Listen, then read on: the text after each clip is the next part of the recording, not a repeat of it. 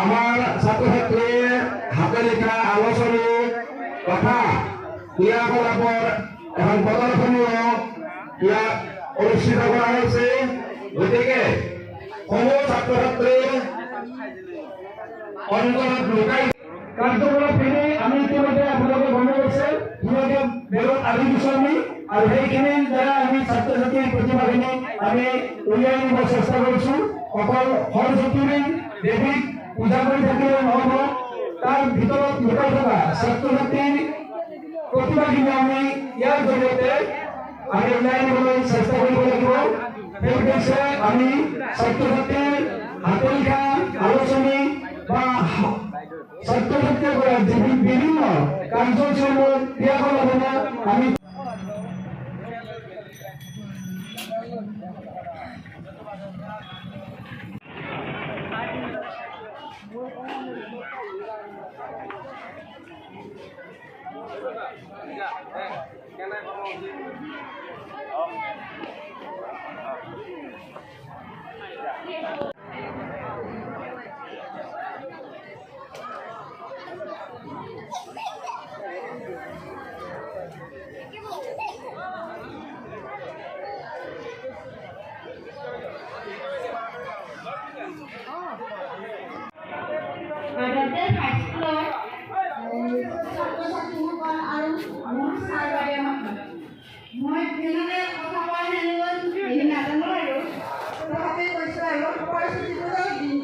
ভাল লাগে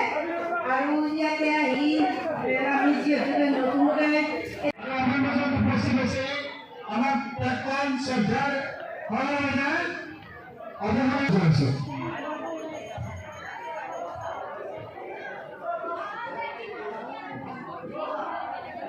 মানৱ প্ৰতিমা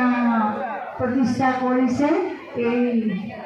সুৰক্ষণক মই আটাইলৈ শুভেচ্ছা জনাইছোঁ আৰু অনুষ্ঠানটো আটাই সাফল্যমণ্ডিত কৰাৰ বাবে সকলোলৈ মই কৃতজ্ঞতা জ্ঞাপন কৰিছোঁ। বিশেষ নকওঁ, এইখিনিকৈ মই মোৰ চমু বক্তব্য সামৰণি মাৰিছোঁ। ধন্যবাদ বাইদেউ, আপুনি বহুত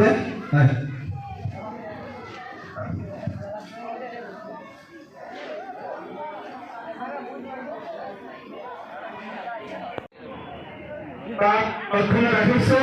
গতিকে আমাৰ এই কাৰ্যসূচী আপোনালোকৰ সহায় সহযোগিতা আৰু উৎসাহমূলক কথাৰে আমাক যাতে ছাত্ৰ ছাত্ৰীসকলক উত্তৰণ ঘটিব পাৰে তাৰ বাবে আমি আশা ৰাখিলো। আৰু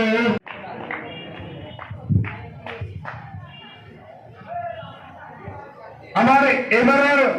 নতুন তত্ত্বাৱধায়িকা যদি আমি নিৰ্বাচন কৰিছো, তেওঁলোকৰ মনৰ ভাৱ প্ৰকাশ কৰিব। ধন্যবাদ ছাৰ। আজি সৰস্বতী পূজা সকলোৱে জানো আৰু আমাৰ বিদ্যালয়ত সৰস্বতী পূজাখন আমি প্ৰত্যেকবাৰে পাতোঁ, চবেই জানে পৰম্পৰাগতভাৱে। কিন্তু এইবাৰ অলপ ব্যতিক্ৰমী কিছু পদক্ষেপ আমাৰ গ্ৰহণ কৰিছে বিচিত্ৰ ছাৰে তত্ত্বাৱধানতাত। আৰু আমাৰ ল'ৰা ছোৱালীখিনি ছাত্ৰ ছাত্ৰীখিনি যিখিনি ভিতৰত প্ৰতিভা আছে, সেই প্ৰতিভাখিনি আমি দেখুৱাবলৈ যত্ন কৰিছোঁ। লগতে আমি এটা মানৱ প্ৰতিমাৰ প্ৰদৰ্শনী যি পাতিছোঁ, তাত আমাৰ ল'ৰা ছোৱালী আচলতে তেওঁলোকৰ ধৈৰ্যটো আমি পৰীক্ষা চাবলৈ বিচাৰিছোঁ, তেওঁলোকে কিমান ধৈৰ্য সহকাৰে। নমস্কাৰ। আমি প্ৰথমে মাধৱদেৱ হাইস্কুল ভাগৱতীপাৰা পৰা সমূহ অসমবাসীৰ ছাত্ৰ ছাত্ৰী শিক্ষক সমাজ লগতে বৈদিক সমাজক আমি স্বাগতম জনাইছোঁ আৰু মাধৱদেৱ হাইস্কুলত আচলতে আমি কিছুমান অলপ ব্যতিক্ৰমী অনুষ্ঠান কৰিবলৈ যত্ন কৰি থাকোঁ যাতে ছাত্ৰ ছাত্ৰীৰ বৌদ্ধিক মানসিক বিকাশ হয় যিহেতু আমাৰ নতুন শিক্ষানীতি 2020 আৰম্ভ হৈছে গতিকে ছাত্ৰ ছাত্ৰীক উপযোগীকৈ আমি কিছু ক্ৰিয়াকলাপ বা এক্টিভিটিজ কৰিবলৈ আমি সদায় চেষ্টা কৰোঁ এই ক্ষেত্ৰত আমি ছাত্ৰ ছাত্ৰী বা শিক্ষক শিক্ষয়িত্ৰীসকলে বা আমাৰ মেনেজিং কমিটিৰ পৰিচালনা সকলেও ইয়াত কোনো কুণ্ঠাবোধ নকৰে তেওঁলোকে আমাক আচৰিতভাৱে এটা টিম ৱৰ্ক হিচাপে আমি গোটেইখিনি কাম কৰি আছোঁ ইয়াৰ অভিভাৱিকাসকলে আমাক যথেষ্ট উৎসাহ দিয়ে ছাত্ৰ ছাত্ৰীসকলৰ লগত থাকিবে গতিকে এইবাৰো আমি যোৱা বছৰো আমি 2022 বৰ্ষত এই মানৱ প্ৰতিমা কৰিছিলোঁ মানে আমাৰ চিন্তাধাৰাৰে কৰিছিলোঁ বস্তুটো যাতে ছাত্ৰ ছাত্ৰী সৰস্বতী পূজানো কি সৰস্বতীকনো কেনেকৈ আৰু উপস্থাপন কৰিব পাৰি অকল এখন প্ৰতিমা লৈ যদি আমি সৰস্বতীক পূজা কৰি থাকোঁ তাৰ পৰা যেন আমাৰ ভাৱ হয় আচল বস্তুখিনি ওলাই নাহিব গতিকে সৰস্বতীক যদি আমি ছাত্ৰ ছাত্ৰীৰ লগ একদম ব্যৱহাৰিক দিশৰ পৰা বুজাই দিব পাৰি তেতিয়া আমি ভাবোঁ তেওঁলোকৰ সংস্কাৰ এটা হ'ব সৰস্বতী কি সৰস্বতীনো কেনেকৈ আমাৰ দেহত ক্ৰিয়া কৰিব পাৰে ছাত্ৰ ছাত্ৰী সমাজত কেনেকৈ ক্ৰিয়া কৰিব পাৰে এই মানসিকতাৰে আমি আগবাঢ়ি গৈছিলোঁ আৰু এই উদ্দেশ্যে আমি সফল হৈছিলোঁ আৰু এইবাৰো আমি মানৱ প্ৰতিমা আমি দুজনী ছোৱালীৰ আগ্ৰহী দেখি আমি সঁচাকৈ সন্তোষ প্ৰকাশ কৰিছোঁ দুজনী ছোৱালী আগবাঢ়ি আহিছে সেইমতে তেওঁলোকে ধুনীয়াকৈ পৰিৱেশন কৰিছে আৰু এইবাৰ আমি আৰু দুটা নতুন লৈছোঁ যে আজিৰ এই বিশেষ দিনটোত সৰস্বতীৰ ওপৰত তেওঁলোকক ৰচনা লিখিব দিয়া হৈছে আৰু সেই ৰচনা লিখাত